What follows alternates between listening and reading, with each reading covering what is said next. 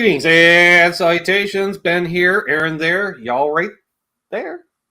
Hello. The Sunday night hanging right here on, Sunday. And if you're new, please subscribe and welcome and all that. Hit the like, regardless if you're new or returning. If you're returning, welcome back. Now, speaking of welcome back, we got brother Aaron from Albus Band joining me because, it's been a month or two, and we left the bandmates at home for this one. We did. We absolutely talk to drummers and bass players so much, folks. I'm just saying, sometimes it's just got to be a couple six stringers. This is true. Stanger knows what I'm talking about. There he is. What's up, Dave? Makes it a lot easier. Live stream, Dave. Makes it a lot easier to talk about guitars. It does. And so let's see. Let's do roll call. We've got first in the chat at 1:07 p.m. Earl's asking what we're drinking. I got a cup of tea on the go, Earl, because I'm just trying to stay awake. Let me guess. Iced tea. Yeah, iced tea. Nope. Green tea. Yeah. Same. Diet green tea. Diet green tea. All right. There's Paul McNary and a few of the cats. Nice. Earl praising you. All right. Kudos to Aaron. I really like the YouTube video for the song Cereman. Can't see. Great energy and sound production. There we are. We got Unfucking Believable in the house. Of course, a good friend Zach Thong. We've got Laz. What up? Fellow Canuck Patrick Treitz in the house. We got Ferd.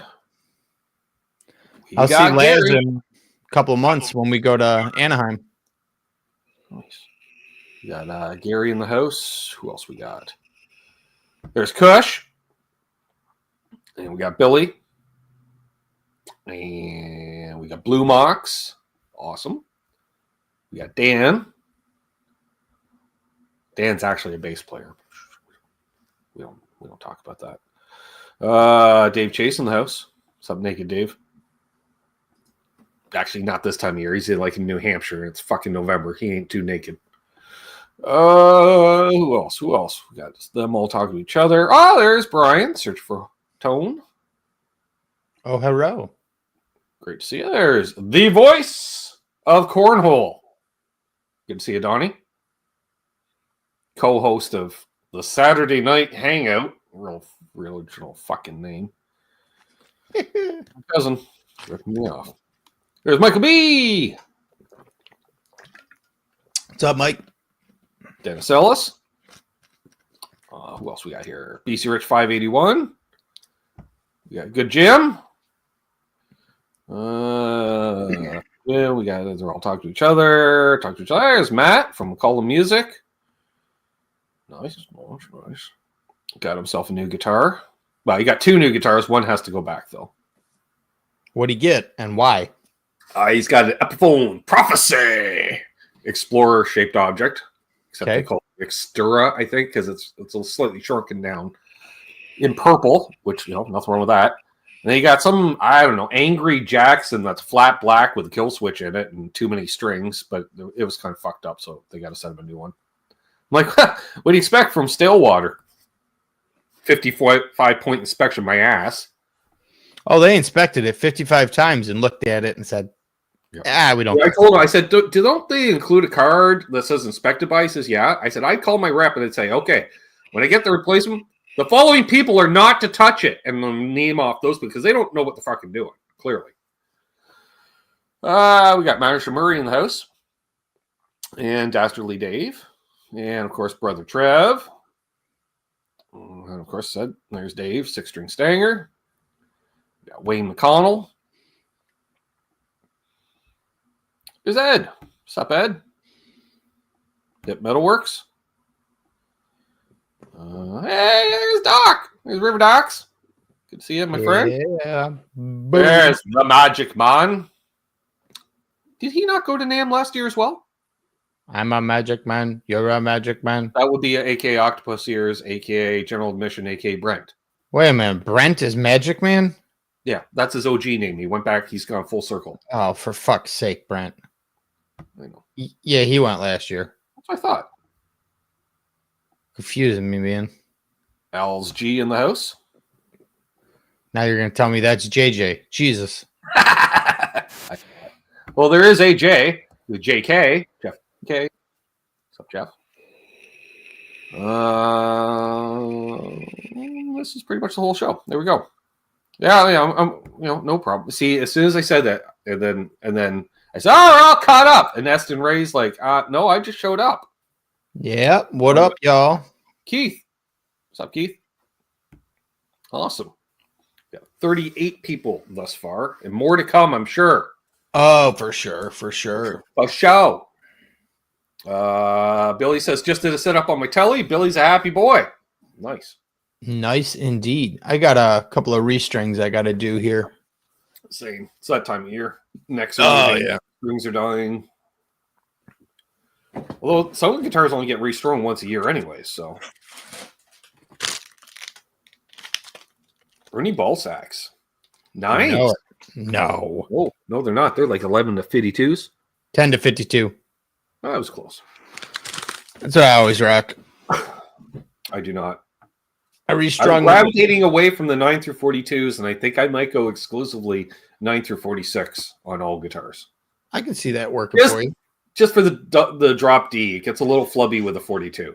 I'll tell you what's interesting is I've got 9s on one of my Chapmans, and I love that for the bends and the high playing, but do not enjoy it for the low end riffity. Everything else is 10 to 52. So I'm thinking about potentially ordering a custom set and doing like a 9.5 to 52. Right. What's up, Terry? Magic Man says Stringjoy 10 through 48 is a great set, cheaper than NYXLs. I don't like NYXLs. If I do a 9.5 to 52, I will order it custom from Stringjoy because Stringjoy makes great strings. I don't think I've ever used Stringjoy strings. They're not cheap, but they're good. Yeah, I'm all about the Dario coated ones, the XSs and XTs. Oh, because that way, instead of every 90 days restring, it's every 10 months. This is true. So, Al says I use heavy bottoms. I've heard that about you, Al. Hey, man, more power to you. We're missing our friend Charles in here. I've noticed. We are. It's odd. He had a good show earlier today with Charles. That's right. It was Charles 75N interviewing Charles Green. It's a lot of Chuck. That's a lot of Chuck. It was all the Chucks. Michael Krause. What's up, buddy? Good to see you. He says, I need to buy heavier strings and change the spring in my Jazz Master. Also going with Stringjoy. There's Charles. No Mars Man, though. I love Mars. Where's he at? He lurks these days, mostly. Well, he could lurk in and say hi. And then occasionally I'll still get the make me happy. I'll get a comment once in a while still from Will Varela, and I love that. Uncle Will does show up every once in a while. Yeah. Nothing makes me happier. It's like, I don't like you calling me Uncle Will. It makes me feel old. I said, you saw fucking Hendrix live, okay? So you're old. Objectively old. I was negative years old when he passed away, so let alone old enough to go. Who did I see? Dan in New Jersey. Great to see you. He says, a fella had to teach his brother to tune a guitar. You know, considering your brother owns like 10 guitars, it's about time you learn to tune at least one of them. Fact. Yeah. His brother Ed got the bug. Ed's a good guy. We like Ed. Ed was on last week. Was that Charles? Last week? Charles interviewed his brother. And I said, wow, easy with the having siblings on as guests. Someone already does that. Just saying. Yes, it's true. Speaking of, where the hell is your sister? She's probably busy with Samantha. Or I think Scott was home this weekend, and he usually heads out not too long after this in the evening because he works in Toronto first thing in the morning. So he'll be driving to his sister's. His sister lives about halfway in between, I think. I want to say. Sounds good. Well, we've got a nice group of people here. Yeah, we're up to 47 now. See what they're breeding or multiply. I don't know what's going on. We don't see Guitar Man 45 either. So I'm just going to start calling out random names to see if they show up. It's not a bad idea. It's not a bad idea. Didn't work. No, not yet. Not yet. Who knows? There's Ed. Hey, Ed. Good to see you, my friend. See? Yeah. No, so things been good. There's Charles. Hola. Randy's brother. I know we got both the Nugents. Yeah. There's Paint Neighbor. What's up, Paint Neighbor? They are breeding. Okay. Ed's got a nice little variety of guitars and is currently getting a custom. I want to call it custom shop guitar. Might as well. You know what? I'm going to say it, Charles. You build custom shop guitars. You got a shop. They're all custom. Fucking custom shop. There we go. Hey, why not? Right? Yeah, no, been busy. We've been writing a lot, which is nice because then hopefully we can do what I want to do. What I'd like to do, we have 6 songs in various stages of done. 3 have been played out live. Right. 3 are in that like tightening up, need vocals phase. But I want to go record the first 3. And that way, by the time we're done mixing it and everybody's happy and this, that, and the other, sure. Then if you want, you can go and record the other 3. Right. And plus it keeps Eddie busy. Well, there's that. And that allows him to not be banned from certain cities. This is true. So Billy and I are still trying to figure out how the fuck Eddie gets banned from Cleveland, but hey.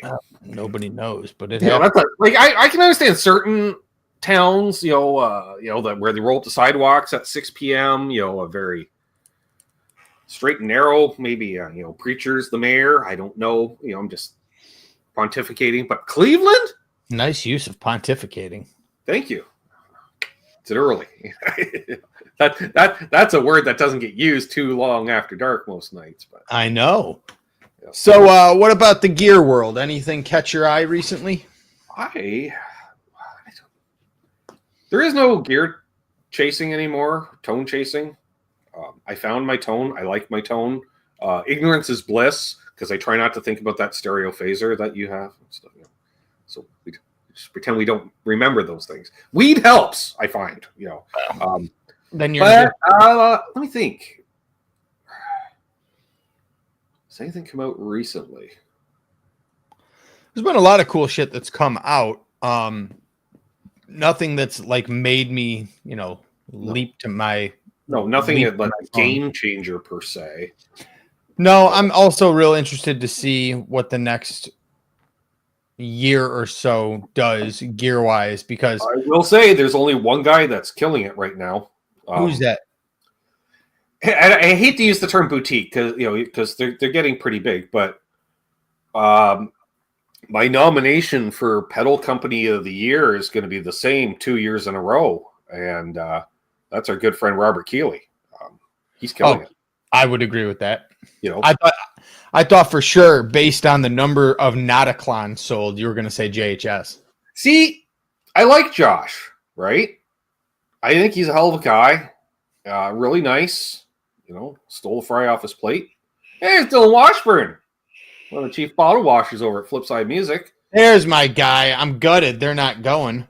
Maris Mondays now. Late night Mondays. Maris Mondays. I know. I tuned in and he had a fucking tube of some sort. All the ambient stuff. It was craziness. Noise Bloom's here. Why, hello. But yeah, like Robert Keeley has just been killing it the last couple of years. The Octasai is actually what I was interested in. Yeah, it's not a game changer though. No. It's not a fucking game changer. No, I can do that already with an octave pedal and a fuzz. He's such a fanboy in that Keeley group. I'm sorry, he's such a fanboy in that Keeley group. Yeah. You're going to Nick's probably sorry, Nick, but you're kind of fanboying out in the face space. Well, I loved when it came out and he got an Octasai, and I'm thinking, I know how Nick plays. Yeah, that ain't you. that ain't you, dog. Appreciate the support, but that ain't you. Let me know when you want to sell it. We'll talk. Yeah, it'll be at your local GC in 3 months. Well, if he's watching this, he'll take me up on my offer. Let me know. I'll give you more than GC will. You know that. Billy says, I have an Autoclon still in the box from the first run. Maybe someday I'll put it together. Maybe. Yeah, no, I've been real happy. Probably like, I don't know, maybe a year ago, I re-picked up a VS Audio Royal Flush, which is 2 blues breakers. Okay. There you go. Oh, there you go. There you go. What's up, Guitar Man? He was on last week with us. Might have been a year and a half ago, whatever. I picked up. I got it from Flipside. And I love that fucking pedal. And I love the guys. Like, I'm friends with those guys. Always hang out with them when I'm out in Anaheim. Right.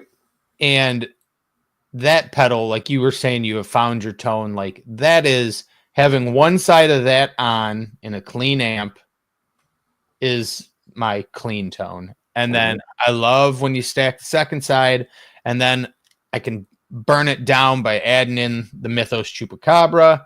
And then if I really want to fuzz it up, then I go to my boy Xander. Because I have, that's different from last time. So I've always had the Xander Circuitry Foxton Woods. It's on the studio board. Right. But I picked up a second one because, and now it's on the live board too. And I fucking love that pedal. Very nice. Last pedal, I ordered it last year, got it this year, was the Noble Screamer. Oh, you got Achilles Noble Screamer. Yeah, and the reason for that is, it was easy. With the day that was released, of course, there's like 15,000 videos. I remember. He himself put one out, and I was sold in the first 25 seconds, I want to say. I was sold when I saw Bukovac playing it. Well, see, that was the thing, was Bukovac's noodling all Bukovac Lake, right? And he's like, hey, man, is that mine or yours? And Robert went, that's mine. He went, oh. I went, sold. Yeah, man, that was an easy sell. And that was it. I didn't even need to watch the rest of it. It's cousin Doug, host of the Saturday night hangout. I do love screamers. What are you saying? You don't, Doug? What's going on here? But I'll settle for a moaner or a sweater too. I'm just saying. Anything technically alive, Ben's good. Yeah, pretty much. But yeah, that Noble's great. And when Book did that, I went, oh, okay.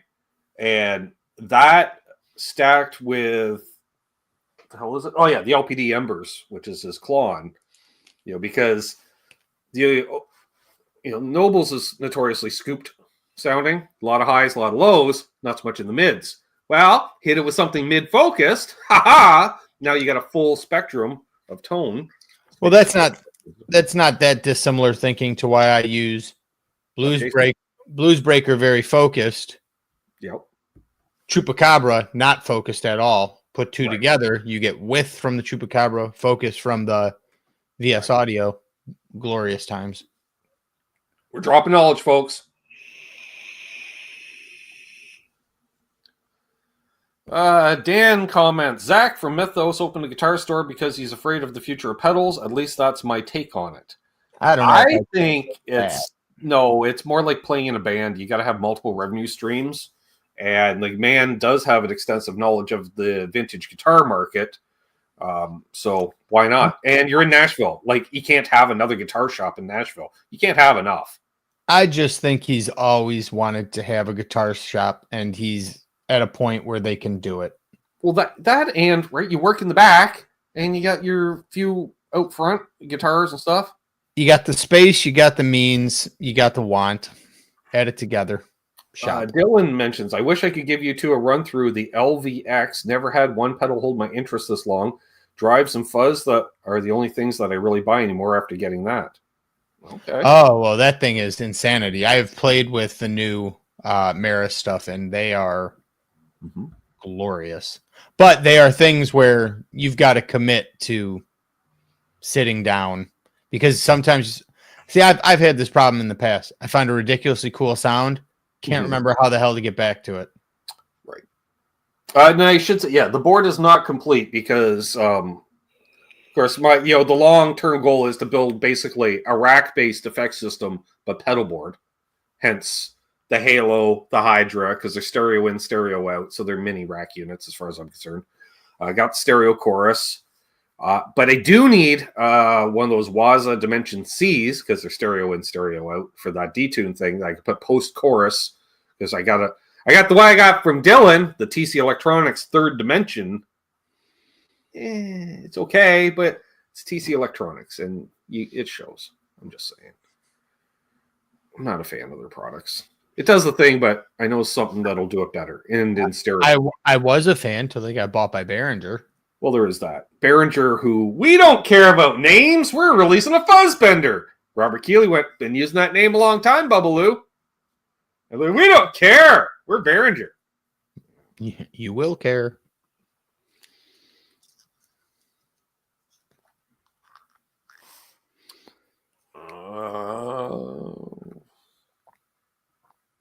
People talk about tones. Oh, yeah. Hang on there. Yeah, Brent was saying he's running his fuzz face into a Tumnus. Sounds good into a broken up amp. Oh, yeah. For sure. It's one of the best tricks in the world. You got a clean amp, but you want to run some fuzz, put a little dirt on. Mm-hmm. Oh, dude, anything EAE does and anything Benson does is fucking great. Yeah, an expensive taste, Mike. Just saying. Yeah, they're fantastic, though. That Benson delay is really nice. Really nice. Plus, he snagged a Pro 2 Jazzmaster last year, and that's been his guitar of choice as of late. Man, I am freezing down here again. What the hell? That temperature went up. Now I'm cold. You're technically under the weather, dog. Oh, I am. I'll tell you what. The craziest thing is when you start thinking about, oh, I could replace this pedal with this pedal. Even though you love that pedal and there's no reason to replace it, that's when you know you have a problem. Like there's times I'll sit around and I'll like the only thing that saved me is there's a bunch of times where I've gone, wait a minute. This is like one of my top 5 pedals. Why would I get rid of this pedal just to get rid of it? Right. Yes, that did get resolved. The clarity. Yes. If I recall, it got resolved. I know John made a post about it, but I don't know. What? Hold on. Breaking news. Brent's actually had the same guitar for more than a month? How is that possible? He was sick for a week. Oh, okay. That'll do it. Oh. Nice. And Charles is just showing off how he's got his own custom emoji on this channel. John Schneider from EAE is one of the smartest motherfuckers. Right. Oh, don't start with that. Unbelievable. He says, Wyatt Chapman. All right. Wyatt Chapman, Aaron. Because that's obviously a you question. Yeah, I love the fucking guitars. I mean, I know people have their opinions of Rob as a person, and I've always been the kind of person, which I wish more people in the world were. Form your own fucking opinion. Go meet somebody, get to like them. I mean, there's probably plenty of people out there that think Ben is like this stoned out old douchebag, which half of that's right, but he's not a douchebag. He's a sweetheart. He's Uncle Ben. My kids love him. I could be, but just depends on what you're trying to shove down my throat. I don't think you're a douchebag no matter what. So I prefer people to make their own opinion. And I mean, I've known Rob now for probably for probably the last 4 years, 3-4 years. Mm-hmm. And, you know, whether that's because he was served a jar of humble soup, I don't know. But regardless, he's been nothing but sweet. Everyone over at that company has been nothing but sweet. Dan Orchard coming in and taking over as their product manager, mm-hmm. I think was genius. And I love the guitars. Like, I mean, honestly, I've told the story before, but there was a guy when I bought my first Chapman that hated Rob Chapman because of what he saw on the internet. And do they have volutes on the necks? Do they have what? Volute? Not on the tellies. No? Okay. No, not on the tellies. You don't need one on a telly.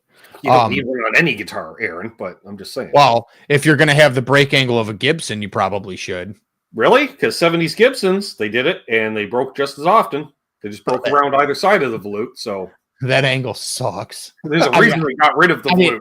I have one behind there. What you see over the chair is a Gibson, right there. But no. So, anyways, I tell the story because there's a guy that hated him, and I had my Chapman in the back, and I told him to close his eyes. I had something he had to play, so I brought it out, and he started playing it. And as he's playing, he's like, "Oh, this is amazing! This feels so good. What is this? Is this a custom shop?" And I'm like, "Okay, you're an idiot. It's not a custom shop. Definitely not a custom shop." But anyways, he opened his eyes, saw the name, and they got pissed at me. And I'm like, "See, that's the problem with the world. Don't get mad about a person that you've never met. That's like a fucking internet person." Like, I played one once, and at that time they were priced at $650 Canadian. Yeah, you played the old ones. We talked about this. Which, and at that time there was a lot of guitars available for $650 Canadian, and it was just like, yep, plays like every other made in Korea $650 guitar, which that's not a bad thing. No, and it's not a good thing. It's just that's what it is, and. Also, but the design difference. I don't like reverse headstock. Well, I love reverse headstock. I should like them because tonally it's a better thing. More tension on the low E, easier to tune because your hand's already on that side of the neck. Love it. But you and I have talked about this as well. Like, somebody that used to drive me nuts would be a guy that came in that would shit on Chapman, but then they'd be playing a Schecter from World Manufacturing in Korea. And I'm sitting here going, he's not whittling these himself. They're made at the same factory as that Schecter, and it feels the same as that Schecter. If you want to say aesthetically, you like the look of your Schecter better, great. But as far as like the feel of the neck, they're fucking identical. Yeah. Fucking identical. So, that used to drive me nuts. But there's too much of that in the world in general, in my opinion, where somebody says an impossible question. Someone says something, so everybody, so that's your opinion. And it's like, if you don't have an opinion, it's okay to say, I don't know. Ed asks, what's your favorite pedal, Ben? Wow. That's a hard one, Ed, because I've owned and played. Exactly, Michael. Played 400 plus pedals, owned 300 plus, we'll say. You know what? That's a good question. I'm going to go with the LPD 87. It's still probably my favorite because it does a Marshall in a box without the price of a Marshall. Does it well. It's not on my main board because I play into a Marshall, so it's redundant. But it is on my board upstairs, which is my jam board that's smaller, which is almost all LPD pedals on it. Except for a Noble's Mini pushing the 87. Brent with the Sunbender 1.5. Nice. So I will go with that. Do you have a specific favorite pedal? The Xander. Xander Circuitry Foxton Woods. If you like the Foxtone machine, it's just better. Especially because Massachusetts is the new Portland. Because all the cool pedals were coming out of Portland 10 years ago. Well, yeah, Oklahoma City's still really ridiculously good. You're talking Old Blood Noise Endeavors. You're talking Keeley. You're talking... I know there's more over there. I just got to think. What happened that was cool yesterday, Zach? I'd be curious to know. Aaron is still, in fact, in Illinois. Oh, there. Both. I am.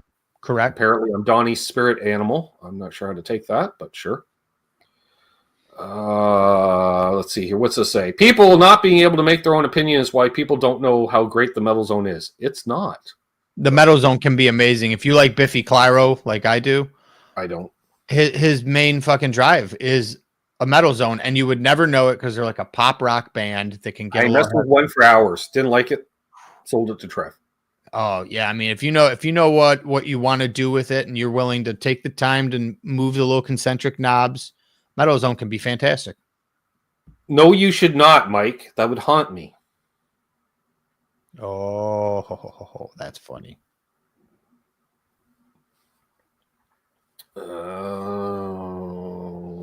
That's one of the things me and going back to reverse headstocks. You know what? The LPD Dutchman's up there too, Mike, because I've used it in all my demos.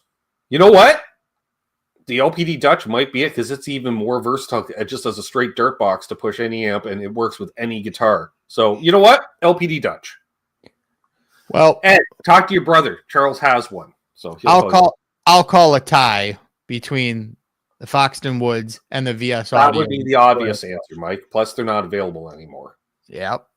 But the Royal I'm Flush. curious to see how valuable they get because of the obscurity of it. Because let's be honest, I have to be the most least known person to ever have a signature pedal that didn't own the company that released that signature pedal. Oh yeah, absolutely. Like, I'm pretty much sure. I don't think anybody. That's right, Ed. I'm a cool old dude like you and Charles. Exactly. But no, going back, one of the things Ken Haas and I both agree on that we love. Ken Haas owns Reverend Guitars, obviously. He loves reverse headstocks. He calls it the right way around. And I'm like, I agree. I love reverse headstocks. Yeah. I guess, it's just weird for me. I try and I don't. Billy Baloney, those are two of the best. I have EQD is the pedal company I have and have had. I probably had 50 some odd EQD pedals, and I probably still have 20 some odd. I love Earthquaker. There's Josh, who's getting ready. He's a week away from moving to Germany. Oh, that's not a little move. That's a big move. Yep. What I saw. Yeah, Brent, the reverse costs more to carve, make it look good. Good volute gives the guitar some character. Looks cool. I don't like them. It's just a random thing. I've decided that's a hill I'm dying on, Aaron. No volute on any guitars. Doesn't bother me one way or the other. Yeah. It really doesn't. And you probably think it's probably par for the course for me. You know, yeah, that's an odd hill to die on, but I believe it. That's Ben. Yeah, the reverse Ben, though, that's funny because that was definitely a Lee and Pete thing. Like, Pete's signature was coming out, and Pete obviously has been known as a Fender Telecaster player, so he wanted the headstock yonder. And then I know Lee wanted a reverse as well.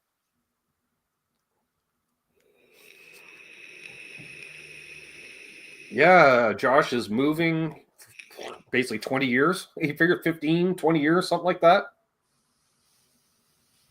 Why is he moving to Germany? For a job.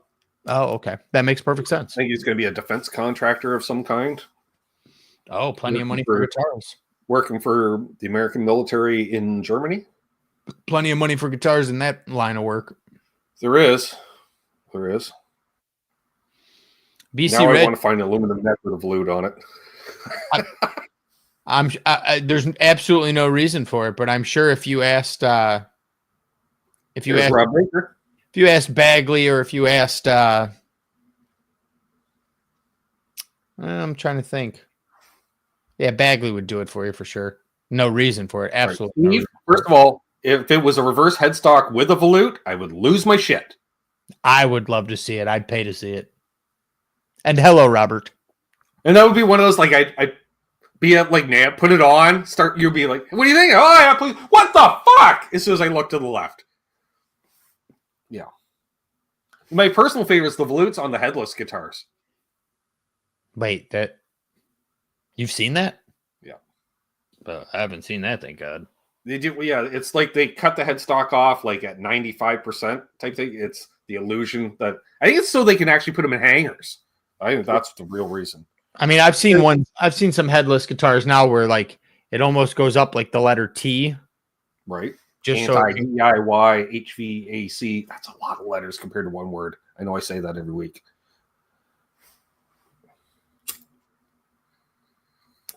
The only DIY HVC I do is opening and closing windows. I was trying to figure out what the hell that meant, and then all of a sudden my brain snapped to reality. He's against people trying to do HVAC themselves. That makes perfect sense. Makes perfect sense. Ted, I'll try to remember Ted. I remember that as he smokes the weed. I'll try, but I won't. A reverse Gibson headstock, would that just like lean forward instead of back?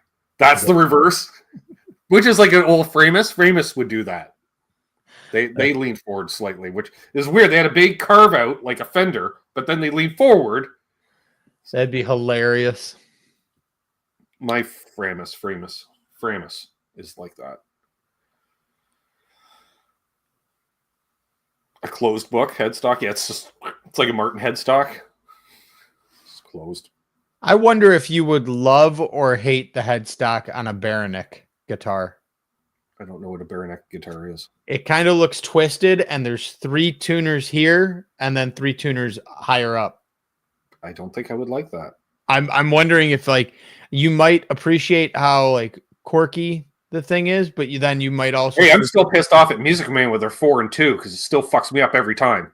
I was gonna say I almost bought a Stingray a while back, and the like little bit of time I played it, every time I went to fucking tune the G string, I was like, what the fuck? Why isn't this tuning? And then I was like, oh, yeah, got it. Yeah, because it's either after I hit the G string, I keep going for the B and it's not there, or if you're going the other way, thin to thick, I'll green bean, where's the G? And it's not there. And I go, all right. A BC Rich Explorer with reverse headstock. Wow, that would be cool. Only 17 made. Wow. Now, Ben, are you on your phone right now? No, I could be. No, I'm glad. Yeah, I'm glad you're not. I want to get your opinion.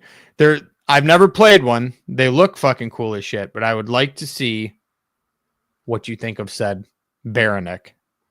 All right. Because they are super cool fucking guitars, visually, in my opinion. And this one I sent you looks extremely gnarly. All right. First of all, I know someone's going to like it because Sherwood Green. We got a guy that likes green. I love There's green. Fruitcake Tony. No. I don't like that guitar. There's the headstock. Yeah, here's the whole guitar, folks. I'll solo myself out even for this. There we go. It looks like a methed out Novo. It's very, very trippy. Or no, a Novo in a Music Man, like that fucking Albert Lee model. You know what it kind of reminds me of? It kind of reminds me of like a methed out Revolta. Same thing. Yeah, I mean it's still Novo, yeah. But that's what it reminds me of. Who's our Revolta? McCollum Music. He's got a few. Oh yeah, baritones, I believe. Oh, absolutely, they make baritones. Of course, like that, Mike. But I was like, I am on the fence because I think it's cool because of how quirky it is. Kind of reminds me of like 70s Japanese guitars. Yeah, it does have a Taisco vibe to it. Exactly. So on one hand, I'm like, well, that's really fucking cool. On the other hand, I'm like, okay, this guy's selling it on sale for $2,300. No. Oh, cool. Like, a girl walked the whole length of Yonge Street downtown to the waterfront. Wow. Cool. Did she start right at the very top? Wow, that'll take a week to walk all of Yonge Street. It is the longest street in the world. Looks like a cartoon to you, Ed? Yeah. Probably plays like a cartoon. That's weird. Yeah, I don't know. The Millimetric makes some really cool looking guitars too. Their headstock is more of like a traditional acoustic guitar would have been though, like hollowed out in the middle, and it's just the outline of the rectangle. Right. So the headstock wouldn't bug you on that. Speaking of which, Ed was saying he thinks he might need a Gretch. So, Ed, are you thinking like a hollow body? Like that? Or, Jesus, just moving around, I'm getting lightheaded. Smart. I'll tell you what, for whatever reason, Gretch is the brand that I think reminds me of you the most. Like when I hear you play, I think Gretch. That's the other one, Ed. Which is like a Les Paul, but Gretchy. Actually, Junior. Oh. Well, it's weird, Aaron. You know, I have gravitated towards Gretches, that's for sure. But I was saying, like, was it Charles? This is chat on Friday night. Growing up, I saw everybody was playing Telecasters and Les Pauls, so I'm like, well, I guess I need both flavors. And I probably put as much time on one model as the other over the years too, because my first electric was a Les Paul, but prior to that, I was borrowing Dad's Telly to learn to play. So, gotcha. Yeah, see, I've had 3 Gretches, love them. I think they're great, but The problem that I've had is if you've ever played one of the like Fender built, I guess it is, custom shop ones, like a Penguin. Oh my God, they're just in a different fucking universe. They're so damn good. Right. Mike says, what if it's like the Theodore? Ben tries one and really likes it. Yeah, I do. That's the problem. I did play that Theodore and I really liked it. You liked the Theodore, I know. I thought it was. Well, you don't notice it when you're playing it, the ugliness, right? I'm just saying. But the neck, it's the exact same as my Explorer. So, you know. That guitar is the fucking beer goggled one night stand of the guitar world. It is. But hey, it plays well, which means it blows well. I was going to say, you wake up the next day and you go, that was amazing. And you roll over and go, oh my God, how do I get out of here? I hope my friends don't know what I did. Richard Clark says he's selling his Gretch. That's TG means it's got a tremolo and gold hardware. See, I know that.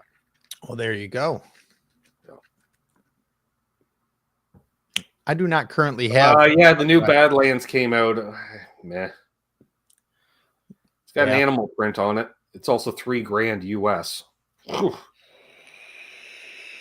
So Ed wants both. Well, you're a smart man. There's Cool Tunes Made Easy. I have a 5220 and it plays, sounds nice. Nice. Yeah, the Gretches are great, man. You want to talk about a guitar that, you know, a lot of people talk about like how Squire is punches above their weight. I think the Gretches for the price are fucking infinitely better. The only thing on a Gretsch, like the lower level ones that I would say need an upgrade are the pickups. You upgrade the pickups in which they kind of fixed, because like that first Gretsch I had, the Jet, the blue one, that was my problem. The pickups were too dark for me. And then the ones I picked up now, you know, and I've demoed enough of them now, it's very rare I find dark pickups in a Gretsch anymore. The next gen, they break them up. I don't know what they did. Yeah, they obviously did something there. But I mean, I think quality, I mean, and a lot of people will see like, oh, made in China, and it's like, dude, I don't get. You run a CNC in fucking China, you run a CNC in the US. Who gives a shit? Well, yeah, and I was, they're like, well, you know, why are they charging that much or this much? Well, look, everybody goes to a factory and they say, okay, we want to build a guitar with these appointments at this price point, and they're like, okay, well, and they say, do that, how many? Got a couple corners, so it might be hardware, it might be pickups, it might be wood selection, you know, but. Yeah, the Chinese guitars are just as good as the Indo guitars, which are just as good as the Korean guitars, and except now Korea, similar to Japan, because Korea gets to throw a made in Korea premium, which I never thought I would see the day. Oh yeah, it's like the made in Japan. It's funny, the made in Japan stuff. Well, I can remember growing up when the made in Japan stuff was sloppy; it wouldn't stay in tune. Yeah, and now that was even considered 80s guitars, which were good. But they had the reputation of being so bad that you didn't even give the 80s one, you know. But they're easy there, Charles. What I was going to say, I noticed the like in FMIC, their made in Japan stuff, it's commanding premium dollar, like right below US. I'm like, meanwhile, you got your Mexican plant that we know is using the same shit as the Americans, cheaper. Well, who was it that said, I think it might have been Ron Thorne that said, you know, Fender Master Builder, that said, I don't remember whose video he's on, but he made the joke where it was in a video, probably pre-pandemic, where somebody said, like, can you explain to us the difference on the Mexican Strats and the American Strats? And he literally was like, well, do you want your CNC run by Mexicans or do you want it run by Americans? And I was like, holy shit. And I was like, that's the truth.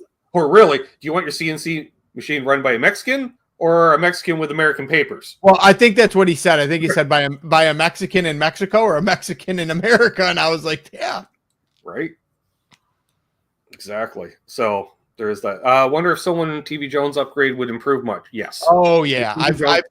That's like saying, I got this old telly, Aaron. Should I put Lindy Fralin pickups in it? Yes. You know, if you want a single coil pickup, Lindy Fralin's, in my opinion. That's my go-to. He's the telly guy. And if I'm going humbuckers, probably Lawlers seem to be, because I love low wind Imperials. I've never used Lawlers, but anybody that I trust and have an opinion or pro players seem to be going with Lawlers for whatever. I had low wind Imperial in my Titan. I always look to see if that guy that bought that thing's ever going to put it back up. I miss that guitar. There's not a lot of guitars where I'm like, shit, I wish I still had them. But that custom built Titan, which was the like more affordable Cower brand that he had for a little while. I don't think the pots are much different, Joe. Nowadays, I think they're just mass. Actually, Fender might even be making their own pots these days. You'd know more about pot than I would. That's true. But yeah, it's interesting. So, well, I was thinking about that the other day. I thought it was odd that how the Japanese stuff, it's like I'm looking at these Japanese-made Jacksons and they're pushing $3,000 Canadian. Oh yeah, I was just like, really? Because your top-of-line American Fender doesn't cost that much, and the only difference is pickups and trem.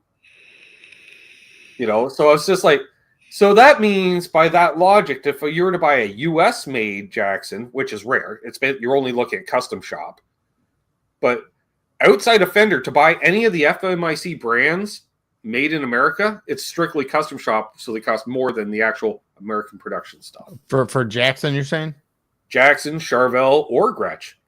Oh, that's true. Because the only American Gretches are Penguins and Falcons. Yep.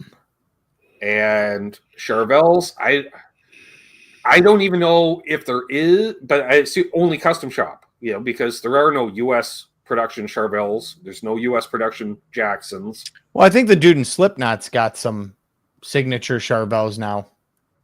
Yeah, they're probably all made in Mexico. I thought he had some U.S. ones. I could be wrong.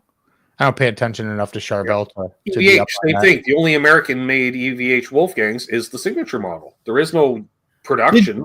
Did you play the semi-hollow EVH yet? I can't remember. No, I haven't had my hands on. Although I called that one because they put out an initial teaser video about 3 months before it came out.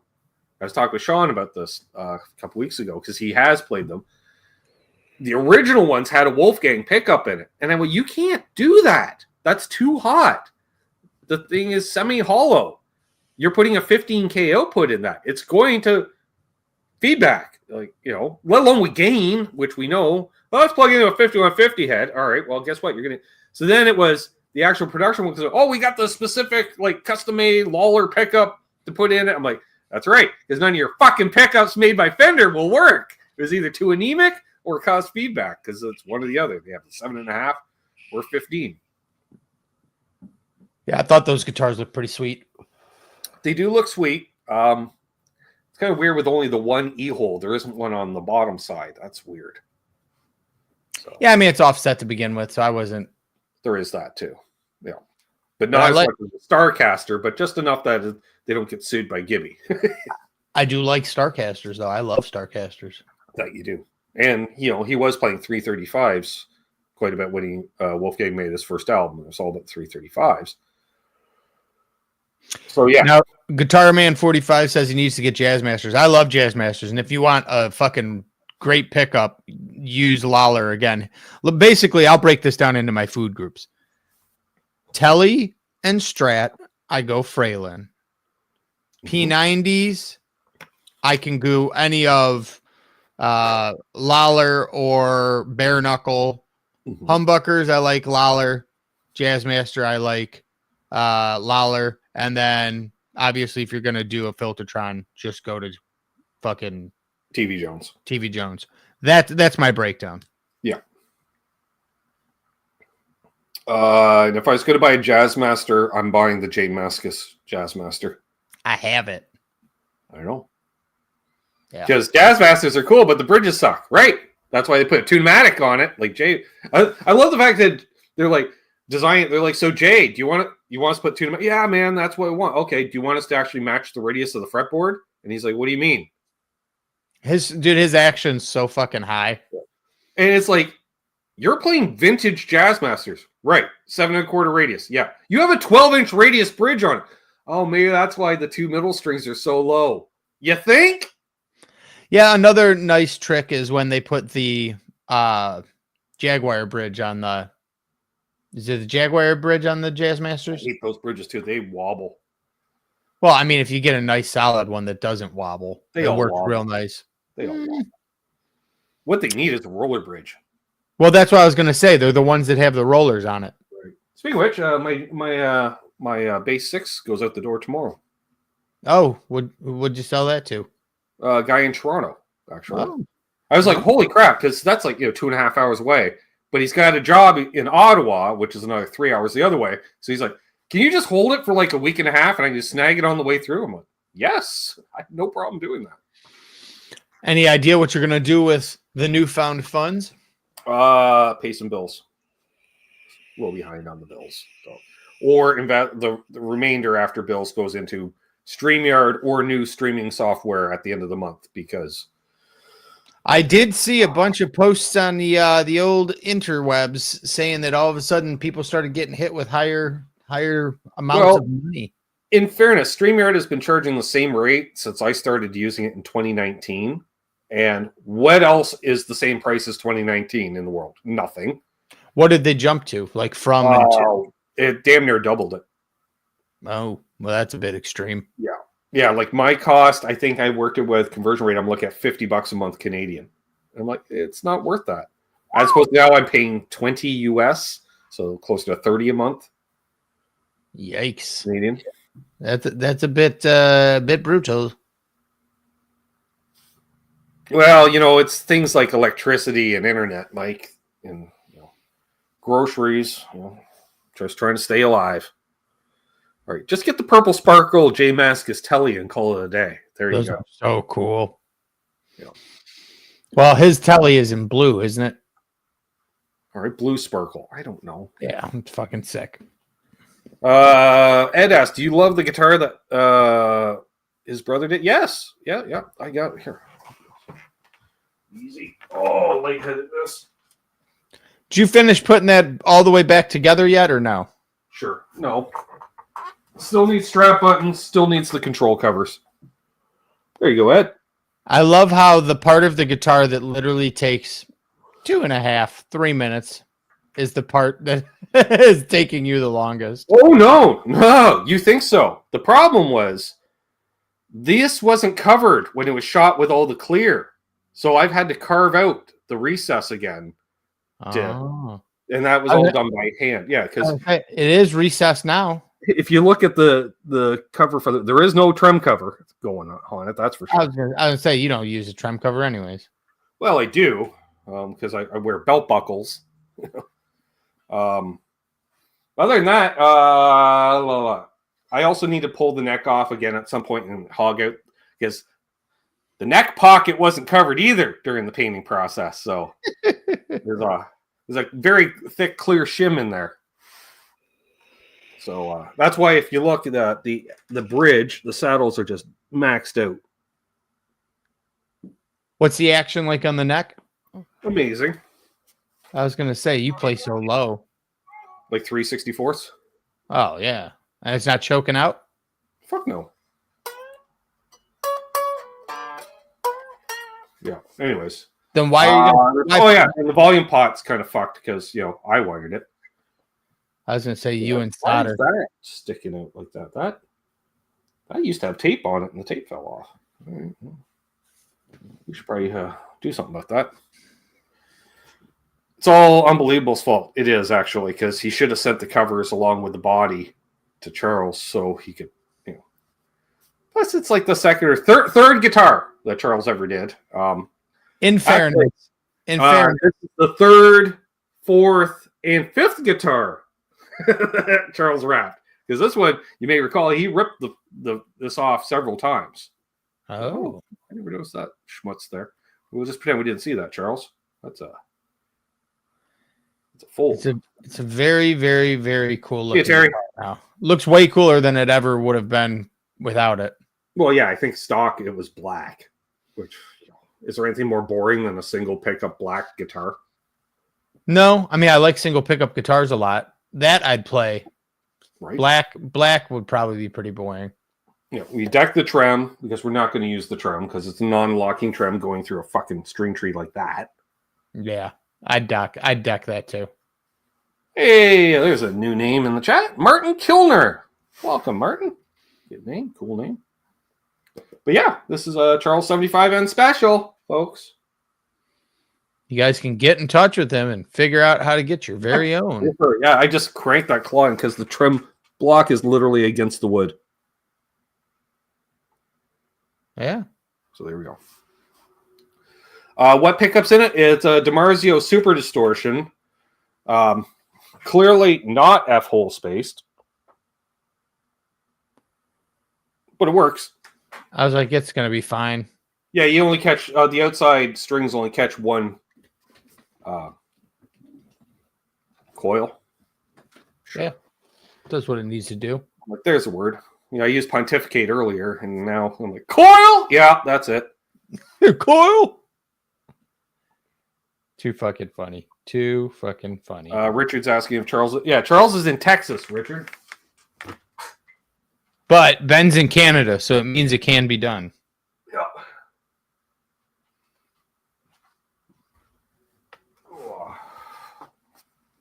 That's right. Charles is making one for Ed right now. Which is funny. Thank you, Ed, for backing me up last week, by the way. See, Charles tried to throw me under the bus, Aaron, because for Ed's guitar, it's very patriotic, okay? To the point where when Charles held up the fabric, I could hear Lee Greenwood. Oh, that's too patriotic. Right? So, to make it extra patriotic, Charles is doing red, white, and blue binding, which I called freedom binding. And so Charles mentioned it to Ed, and Ed's like, what else would you call it?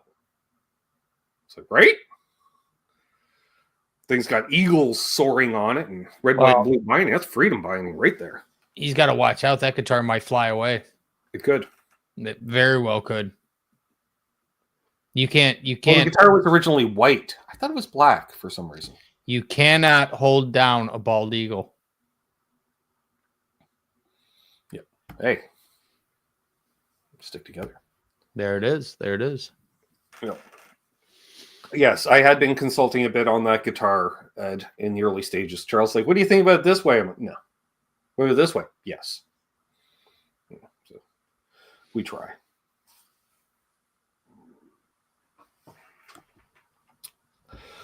There we go. Longtime noodler building an EVH style guitar. Oh, nice. Nice. Well, you're in the right place. We got a bunch of builders in here. We got customizers. We got modders. That's what I need to fucking do. I need to finally order I have the Strat body out there in the garage still. I have that 1970s Japanese Telly body. It's not a Fender. It's a different brand. I forget which one it is. Okay. But I need to, for years now. I mean, I'm going on probably 6 years that I've had that Telly body. And I've been like, oh, I'm going to throw some Fralins in it. I'm going to get a Wormuth neck. And I never do shit with that thing. And I said I was going to do it this summer when it was warm. I was like, I'll put the garage up. I'll do it out in the garage. I didn't do shit. That's what I need to do. That's what I need to do. Right. Chris asked, does Aaron use kill switches? I do not. I have had them on guitars before, but I don't really use them. I have a guitar cradle. I was like, what the hell's on my foot? This. And a rag for polishing. And if he was going to use a kill switch, it would be a Tesi kill switch, of course. Well, that's true. That's true. I'd use one of those. I just don't really. I make enough fucking noise. I don't need to kill switch it. Right. Well, we'll go a couple more minutes here, folks. Get your questions in. Yeah, anything you got, and then I'm going to go eat. Fading fast myself. What's up, Brother John? It's John DeShane. Oh, I love John DeShane. Man has immaculate taste in equipment. And I'll tell you what, very Floydy leads, which I'm a big fan of. See, he's getting rid of the Sir head because he's getting one of those head first. Those are killer. There's Ryan. What's up, Ryan? it was for Ryan, we wouldn't hear John's tasty tones. I'm just saying. If it wasn't for Ryan, we also wouldn't have got fucking Quentin off of that Digitech RP, whatever the fuck it's called. RP 360. Yeah. Oh, yeah. Speaking of which, I actually went out to see some live music for the first time in a decade last weekend. I'm surprised you didn't have a panic attack and immediately retreat back to the basement. I kind of did. I was home before midnight. All right, so that was that. But one of the guys in the band set up, doesn't even have a pedal board, and he's carrying the pedals in by hand, and he's RP 360. I'm like, are you fucking kidding me? With the Digitech drop pedal going into it, because the whole band just uses drop pedals rather than retuning for one song. I'm all good with the drop pedals, but that Digitech thing, no. I know. And he was out of tune. He refused to tune. It's not like when Quentin plays out of tune on purpose. Mm-hmm. It was that bad, Aaron. Like, ooh. I leaned over to my buddy and I said, "There's no cover at this show, and I still feel like I've overpaid." Oh wow! Yeah, because I remember they were doing a Stone Temple Pilots plush. It was no dun dun bad dun dun bad, and I was like, "Oh my!" You were just cringing. Doesn't sound like it's out of tune as much as it is not intonated. Oh, it was just no, because there's two guitar players and one was in tune and one wasn't. That was for sure. He was in tune for the first song or two. Mark, do I have any shows coming up? I don't think we have anything currently booked. We played. Last show was what, a month and a half ago, 2 months ago, something like that. Right. That was a killer fucking show. That was on the big boy stage. Mm-hmm. Yep, I saw that. The show vlog. That was a good time. No, we've been writing, and like I said, we're getting to the point now where it's going to be, let's go and record some more. Mm-hmm. See you, Doc. Have a good one. Check out River Docs if you haven't already, folks. YouTube's being a dink, and they never promote his videos to me anymore. I literally have to go to his channel to find them. Unless they happen to show up my sub feed if he just released it, type thing. But I've been rewatching all the episodes. You remember the old? I loved the show. I have it on DVD. But I've been rewatching all of House MD. I remember that show. Fucking loved that show, and I'm rewatching it. God, that guy's hilarious. Not only is like genius in the show, but he's fucking hilarious. Right. Like there was a scene the other day. My dad was in the kitchen, and I'm eating, and I'm watching it. And he doesn't know, he has no idea what's going on. But there's a scene where Dr. House goes to a restaurant because the dean of medicine, Cuddy, is on a date. And he looks at the guy and he goes, "You meet her online? Otherwise, your friends really hate you." And I just fucking lost it. I'm like, this is great. Ouch. There we go. Well, on that note, there's a good high note there. Hey, Steve, you're like easy. One wants to start a class asking a lawsuit, and the other one saying he likes it. Rewatching House with the boy. Nice. There you go, Charles. I'm in season 4. There you go. Yeah, I have every Columbo ever made. There you go. Including all the TV movies much later in life as well, which I can watch. Yeah, Robert Vaughn did it. So there we are. Well, on that note, Aaron's still Aaron. I'm still Ben. I might be back tomorrow night with Canucks with Guitars, depending on how I feel, because I am not feeling well. But we will hopefully persevere. I don't know. I'm going to go to bed. Persevere. Go to bed, and then see how it goes. And then we'll go from there. Of course, hold the line here, Aaron. And we'll see y'all when we see us. So hold those doors open. Let Dave chase in ahead of you and try. Oh, sweet. Just did a video on Tommy Bolin. Nice. Oh, there it is. Nice. Oh, yeah. And one of my racing heroes passed away yesterday.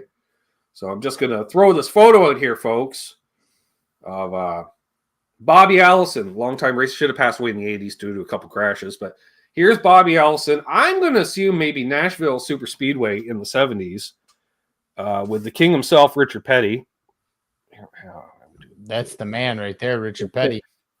But if we focus, if it be nice and fucking focus, he's playing a guitar, but I don't think that's his guitar necessarily because they're sitting on Marty Robbins' stock car.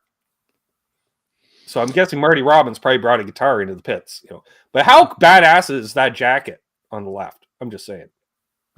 Hey man, you come here for the music knowledge. You get a little NASCAR dropped. A little NASCAR to throw in. Yep. So there we go. So have a great night, folks. As always, thank you, Charles. Yeah, well, let's put a link in there and stuff in there. Mazel. It's not a bad idea. We're also on Instagram. If you're an Instagrammer, find us. Yep. Facebook, Instagram, all the good shits. Don't litter, folks.